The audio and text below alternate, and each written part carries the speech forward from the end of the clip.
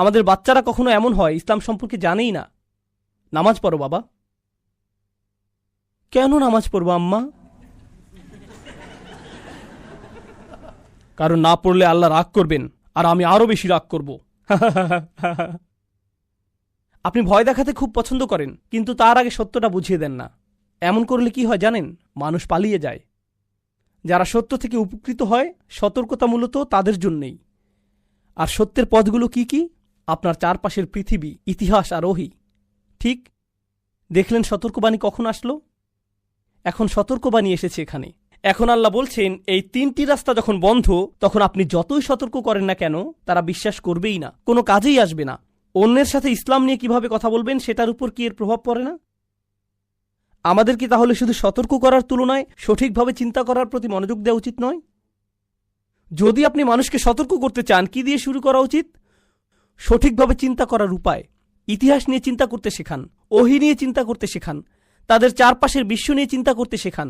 এরপর তাদের সতর্কবাণীটি দিন। আমার ধারণা হলো আজকাল বেশিরভাগ মুসলিমেরই ইসলাম নিয়ে আনুষ্ঠানিক তো দূরে থাক, সাধারণ জ্ঞানটিও নেই। আমিও এর অন্তর্ভুক্ত। কি হতাশাজনক পৃথিবীতে আমরা বাস করছি। আমাদের দোষ না এটা। এখন যদি কারো জ্ঞানের সঠিক ভিত্তিই না থাকে, আর আপনি এসে তাকে 1 ঘন্টা যাবৎ জাহান্নামের আগুনের উত্তাপ নিয়ে বলেন, তাহলে তো সমস্যা হবেই, কারণ তার ভিত্তিই তো ঠিক নেই। নবীগণ আলাইহিমুসসালাম কিন্তু শুরুতেই সতর্ক করতেন না। তারা এভাবে শুরু করতেন না, বরং দাওয়াতের অনেক পর এই কাজ করতেন। তো এখন চলুন এই আয়াত নিয়ে কথা বলি। আপনি শুধুই তাদেরকেই সতর্ক করতে পারবেন যারা উপদেশের অনুসরণ করছে, মানিত্তাবা আযিকরা। দেখুন, যখন আল্লাহ মান ব্যবহার করেন, তখন বোঝাচ্ছেন 1-2 হতে পারতেন। তখন বোঝাচ্ছেন 1-2 হয়তো পেতে পারেন। মান শব্দটি মানে অপরিচিত কেউ একজন। যেমন ইন্নামা তুনজিরুল্লাযিত্তাবা আযিকরা, তাহলে সেটা পরিচিত কেউ হতো। কিন্তু মান অর্থ অপরিচিত কেউ।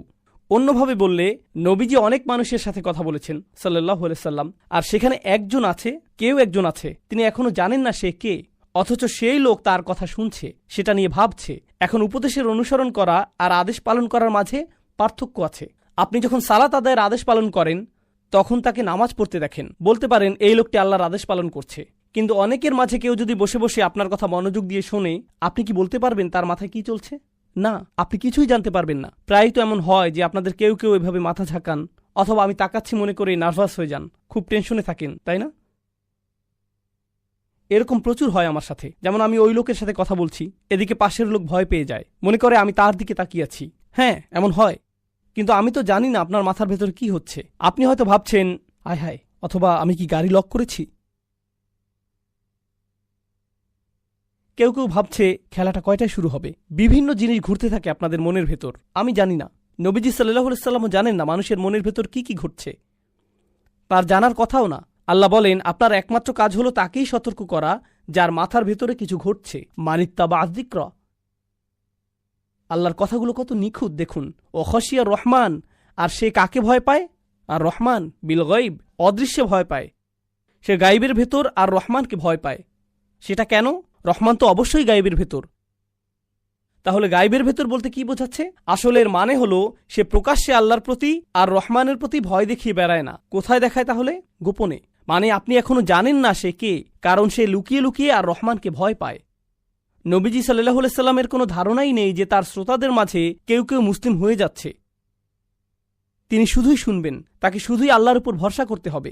এখন এটার মনস্তাত্ত্বিক প্রভাবের কথা চিন্তা করুন। তিনি তার প্রতি আক্রমণাত্মক এক জনগোষ্ঠীর সাথে কথা বলছেন, আর আল্লাহ বলছেন এই শ্রোতাদের মাঝেই কেউ একজন আছে যে আপনাকে গ্রহণ করছে, যদিও জনতা আপনার বিরুদ্ধে। তাই সেই একজন লোককে বলুন, ফাবাশশিরহু বিমাগফিরাতিন ওয়া আজরিন কারীম। সেই একজনকেই ক্ষমার সুসংবাদ দিন, বিশাল প্রতিদানের অভিনন্দন জানান তাকে। এখানে দেখুন কি অসাধারণ ব্যাপার যে আল্লাহ আযজা ওয়া জাল্লা এই আয়াতে প্রথমেই সেই ব্যক্তিকে নিজের থেকে ক্ষমা করছেন। আপনারা জানেন কেন? কারণ আপনি যদি সেই শ্রোতাদের একজন হন, তাহলে আপনি এখন নবীজি সাল্লাল্লাহু আলাইহি সাল্লামের কথা শুনছেন। তার মানে আপনার পূর্বের জীবন ভালো নাকি পাপের জীবন ছিল? আপনি পাপের জীবন অতিবাহিত করে আসছেন। তাই সত্য শোনার সাথে সাথেই আপনার অপরাধ বোধ কাজ করা শুরু করে। আপনি ভাবতে থাকেন, আমি কত পাপ করেছি এই জীবনে, আমার পুরো জীবনটাই নষ্ট করে ফেলেছি। এটা মুসলিমের সাথেও হয়। আজকাল কোনো মুসলিমকে কেউ একজন ইউটিউবে ভিডিও পাঠালো, সেটা দেখে তার অবস্থা হয়, ইয়া আল্লাহ, আমি কত খারাপ, আমার জীবনে পরিবর্তন আনতেই হবে, আমি এটা কি করলাম? অপরাধ বোধ কুরে কুরে খায়, তাই না? আর এমনটা হবার সাথে সাথেই নবীজি সেই মানুষদের বলছেন, সেই লোকটিকে বলছেন, তোমাকে অভিনন্দন জানাই আমি, তুমি ক্ষমা পেয়েছ। এই লোকের তো সবচেয়ে আগে এটাই দরকার। যা গেছে গেছে, সব অতীত, এখন ভবিষ্যতের কথা ভাবো। কিন্তু এরপর নতুন সমস্যার উদ্ভব। যদি আমি ইসলামে প্রবেশ করিও, এই নবীর কি অবস্থা হচ্ছে দেখো। সবাই তাকে নিয়ে মজা করছে, তাকে মিথ্যুক বলছে, পাগল বলছে তারা। পুরো জনতা তার উপর ক্ষিপ্ত। তাকে যদি অনুসরণ করি, আমার অবস্থাটা কি হবে?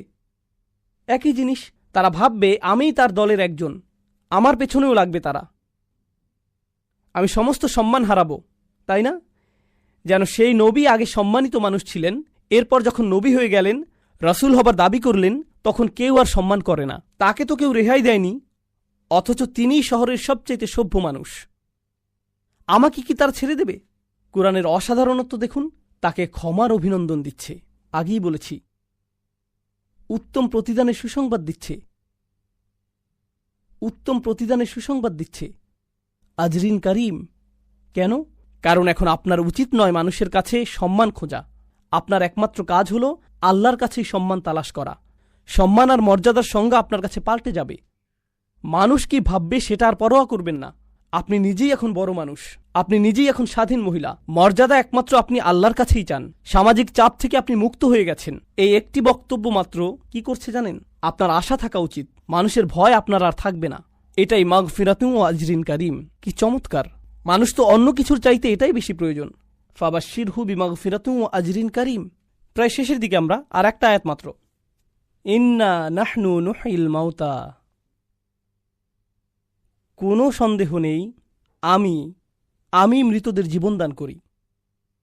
ইয়া আল্লাহ, এই কথা এখানে কেন? এতক্ষণের কথোপকথন তো মৃত্যুর পরের জীবন নিয়েছিল। কথা হচ্ছিল বেশিরভাগ মানুষকে সতর্ক করা নিয়ে, যদিও তারা শুনবে না। কোরআন কতটা নিখুঁত এইসব নিয়ে, কিন্তু তবুও তাদের যায় আসে না। খুব খুব কম মানুষ, হয়তোবা মাত্র একজন শুনবে, এই কথাই হচ্ছিল না। আর হঠাৎ করেই কথাবার্তার শেষে এসে আমি মৃতকে জীবন দান করি কেন? কিছু ব্যাখ্যাকারগণ প্রথমে স্পষ্ট উত্তর দিয়েছেন, তা হল এই সতর্কতা তো আসলেই মৃত্যুর পরের জীবন নিয়ে।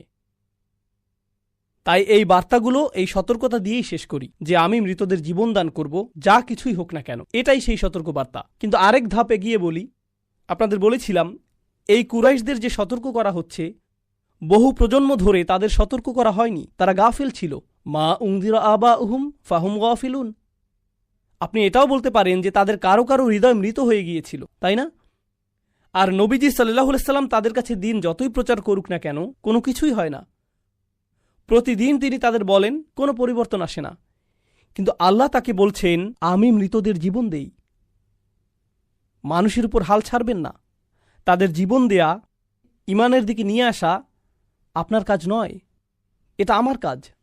আপনার কাজ হলো সতর্ক করা। আপনি জানেন না বহু বছর ধরে মৃত কোনো মানুষের হৃদয়ে আল্লাহ প্রাণ নিয়ে আসবেন। তুমি জানো না কখন ওমর ফিরবে, জানো না কখন হামজা ঈমান আনবে, তুমি জানো না কখন আবু সুফিয়ান মুসলিম হবে। তাড়াতাড়ি হবে না এসব। তুমি জানো না কখন খালিদ ইবনে ওয়ালিদ ফিরবে। অনেক বছর লেগেছে, যুদ্ধ লেগেছে। তিনি নিজেই মুসলিম মেরেছিলেন মুসলিম হবার আগে। মানে সত্যি সত্যি এটা তোমার কাজ নয়। শুধু আমি মৃতদের জীবন দান করি। নবীজির পর হতে সব দায়ী, বার্তাবাহক, আলেম ইত্যাদি, তাদের কি বলা হচ্ছে যে এমনকি আমি রাসূলুল্লাহ সাল্লাল্লাহু আলাইহি সাল্লাম নিজেও মানুষকে বদলাতে পারি না। মানুষ মানুষকে বদলাতে পারে না। মানুষ মানুষকে পুনরুজ্জীবন দেয় না। কে দেন? আল্লাহ দেন। কোনো ভিডিও আপনার জীবন পরিবর্তন করেনি, আল্লাহ করেছেন। কোনো বক্তব্য আপনার জীবন পরিবর্তন করেনি, আল্লাহ করেছেন। আল্লাহ বলেন, আলা সিরাতিম মুস্তাকিম, সরল পথের উপর, তাই না? এখানে দেখুন, সিরাতিম মুস্তাকিম কথাটি কিন্তু আপনি আগেও অনেকবার শুনেছেন, কিন্তু এটি এখানে কি করছে? প্রথমত আপনাদের বোঝাতে চাচ্ছি যে সরল পথের ওপরে, আলা সিরাত মুস্তাকিম, আমি ওপরে শব্দটি এখানে পছন্দ করি না, বরং প্রতিশ্রুতিবদ্ধ পছন্দ করি। এখানে আলা শব্দটি লুজুম, যার মানে হলো আপনি সরল পথে প্রতিশ্রুতিবদ্ধ। কিন্তু প্রথম যেই প্রশ্নটির উত্তর দিতে চাচ্ছি, কে এই সরল পথে প্রতিশ্রুতিবদ্ধ? কে এই সরল পথে প্রতিশ্রুতিবদ্ধ? আমি কোরআনের শপথ করছি, পরিপূর্ণ প্রজ্ঞাময়, কত সুন্দর গাঁথুনি এতে। কত শক্ত এর বিধান। কোনো সন্দেহ নেই আপনি তাদের অন্তর্ভুক্ত যারা আসলেই প্রেরিত হয়েছে সরল পথের উপর। তাহলে সরল পথে কে? নবীজি নিজে। কিন্তু শুধু নবীই নন, শুধুমাত্র নবীজি সাল্লাল্লাহু আলাইহি সাল্লামই নন, যাদেরকে পাঠানো হয়েছে তারাও সরল পথে ছিলেন, আর আপনিও। উভয়ের ক্ষেত্রেই প্রযোজ্য এটা। এখন আলা সিরাতে মুস্তাকিম উভয়ের জন্যই প্রযোজ্য। এটা গুরুত্বপূর্ণ কেন? একটি রাস্তা কল্পনা করুন।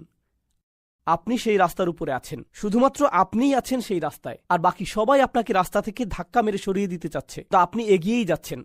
তারা চিৎকার করছে, এই রাস্তা থেকে নেমে যাও, কেন এখানে তুমি, ইত্যাদি ইত্যাদি। ভুল পথে যাচ্ছ তুমি, শুধু আপনিই সেই পথে যাচ্ছেন। এদিকে আল্লাহ আপনাকে সাহস দিচ্ছেন এগিয়ে যেতে। তিনি আপনাকে বললেন, দেখো, এই পথের পথিক হিসেবে তুমিই একমাত্র ব্যক্তি নও, এর আগেও আমি অন্যদের চালিয়েছি এই পথে। বুঝতে পারছেন? তাহলে এখন তো আপনি তাদের আরও বেশি খুঁজবেন, কারণ এই পথে অন্যরাও তো হেঁটেছে। এই পথের বাধাগুলো তারাও পেয়েছে আপনার পূর্বে। তাদের আপনি উদাহরণ হিসেবে নেবেন, আর আপনাকে আরও ভালোভাবে রাস্তা চেনাতে সাহায্য করবে। এই যাত্রা সহজ করে তুলবে তারা। এছাড়াও আপনারা বাস্তব জীবনেও এমন করেন কিন্তু।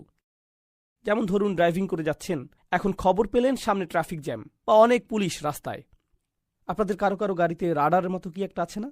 এটার ব্যাটারি ধরুন শেষ হয়ে গিয়েছে, তাই বন্ধুকে ফোন দিলেন, ইয়ো, আমি জর্জ বুশ রোডে আছি, বা কি জানি আপনাদের অন্য একটা টোল রোডে আছি, স্যাম হিস্টন না কি জানো, তো আমি এই রোডে আছি, অনেক পুলিশ এখানে, তো আমি কি জোরে চালিয়ে যাব?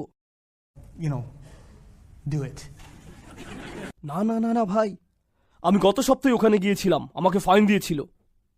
আচ্ছা আচ্ছা, আমি হালাল লিমিটের ভিতরে থাকবো, তাই না? তো আপনি এমন কাউকে খোঁজেন যে এই রাস্তা দিয়ে আগে গিয়েছে, পথ চেনাতে সে আপনাকে সাহায্য করে। তো সাহায্যের একটি উৎস। আরেকটি জিনিস হল, নবীজি সাল্লাল্লাহু আলাইহি সাল্লাম আল্লাহর কালামের মাধ্যমে খুবই শক্তভাবে আপোষহীন রায় দিয়ে যাচ্ছেন। আল্লাহ তো কর্তৃত্বের সাথে বলেন, তিনি কোনো দাসের মতো কথা বলেন না, মনিবের মতো কথা বলেন। তাই তিনি ক্ষমতা কর্তৃত্বের সাথে বলেন, কিন্তু মানুষজনের কাছে সেটা আপত্তিকর থাকে, কারণ তারা তো আল্লাহকে বলতে শুনছে না। তারা কার স্বর শুনছে? রাসূল সাল্লাল্লাহু আলাইহি সাল্লাম। তুমি এভাবে কথা বলার কে? তারা রেগে যাচ্ছে। কিন্তু নবীজি কি থেমে গেছেন? না, প্রতিদিনই তাকে একই পথে আরও এগোতে হচ্ছে না? এখন আমাকে বলুন তো, এই পথে আপনি এগুতে থাকলে যৌক্তিকভাবেই কি আপনি ঝামেলায় পড়বেন না? আরও বেশি বেশি করে ঝামেলায় পড়তেই থাকবেন। পথ পাল্টানোর জন্য দিনকে দিন আপনার উপর চাপ প্রয়োগ বাড়তেই থাকবে। যত বেশি অগ্রগতি করবেন ততই বাধা পাবেন, আরও বেশি বাধা। আরও সম্ভাবনা আছে যে আপনি দেখুন একটু চাপ তো সহ্য করতে পারবেন, কিন্তু কালকে আপনাকে আরও চাপ সহ্য করতে হবে, পরদিন আরও বেশি, পরে আরও বেশি, আরও বেশি, আরও বেশি। অবস্থা খারাপের চাইতে খারাপ হতেই থাকবে। সহজ হবে না, আর কঠিন হবে। একজন সাধারণ মানুষ আর কতই বা চাপ সহ্য করতে পারে? এক সময় না এক সময় কি হয়? ভেঙে পড়ে, পথ পাল্টে ফেলে। কিন্তু রাসূলুল্লাহ সাল্লাল্লাহু আলাইহি সাল্লাম, তার কঠোরতা, তার প্রতিশ্রুতি, এই সব কিছু এখানে দেখা যাচ্ছে। আর অন্যান্য নবীদের প্রতিশ্রুতিগুলো স্পষ্ট দেখানো হচ্ছে, কারণ তারা সবাই সরল পথের ওপরে, কখনোই বিচ্যুত হননি, কখনোই হননি। মানুষ তাদেরকে আক্রমণ করেছে, মানুষ তাদের নিয়ে হাসি ঠাট্টা করেছে, মানুষ তাদেরকে হুমকি ধামকি দিয়েছে, তাদেরকে নির্বাসিত করার, হত্যা বা অত্যাচার করার হুমকি নিয়ে এসেছে। এরপরেও তারা দমে যাননি। তাদের পরিবার এসেছিল তাদের কাছে, মুরব্বীরা এসেছিল, রাজনৈতিক নেতারা এসেছিল, সবাই এসেছিল, তবুও পথচ্যুত হননি, প্রতিশ্রুতিবদ্ধ ছিলেন। কঠোরতার এই ধারণাটাই জরুরি। এছাড়াও দেখুন, তিনি যে আসলে একজন রাসূল, এটাই কিন্তু তার একটা প্রমাণ। নইলে এত কষ্ট কেন শুধু শুধু সহ্য করবেন? আমরা কিন্তু এখনও সেই ধারণাতেই আছি যে এই কোরআনকে বহন করা সম্ভব শুধুমাত্র তখনই যখন আপনাকে প্রেরণ করা হয়, কারণ অতিরিক্ত চাপ, যেমন একজন মুফাসসির বলেছেন, ইলতিজামুহু দালিলুন আলা নবুয়তি ওয়াসিরাতিহি দালিলুন কামা আন্নাল কোরআন। এটা এখানে গুরুত্বপূর্ণ। কোরআনের নিখুঁত হবার কারণে, আমি যেটা বলেছিলাম, 3 ধরনের নিখুঁততা আছে কোরআনে, সেগুলোই প্রমাণ। এখন এই উদ্দেশ্যের প্রতি নবীর প্রতিশ্রুতি নিজেও আর একটা প্রমাণ। এই সবই প্রমাণ করে দিচ্ছে। কিন্তু এরপর এই আয়াত নিয়ে শেষ আরেকটা জিনিস আপনাদেরকে বলছি, আলা সিরাতিন মুস্তাকিম। এখানে কিন্তু বলা হচ্ছে না সরল পথের উপরে প্রতিশ্রুতিবদ্ধ, এখানে বলছে একটি সরল পথের উপর প্রতিশ্রুতিবদ্ধ, সিরাতিন মুস্তাকিম। ফানাক্কার লফস, তিনি এটাকে নাকিরা করে দিলেন, সার্বজনীন করলেন। সাধারণভাবে সরল পথ আর একটি সরল পথ, এই দুইয়ের মাঝে পার্থক্য আছে। কারণ ফাতিহাতে আমরা কিন্তু বলি না যে আমাদেরকে একটি সরল পথে পরিচালিত করুন, আমরা বলি সরল পথে পরিচালিত করুন, ইহদিনাস সিরাতাল মুস্তাকিম। সেখানে একটি আল আছে, কিন্তু এখানে নেই। এটার কাজ কি? আসলে আপনি যখন আল সরিয়ে ফেলবেন তখন মানে দাঁড়াবে অপরিচিত কিছু, অজানা কিছু। আর যদিও আল্লাহ নবী সাল্লাল্লাহু আলাইহি সাল্লামের সাথে কথা বলছেন, কারা শুনছে? কুরাইশরা শুনছে।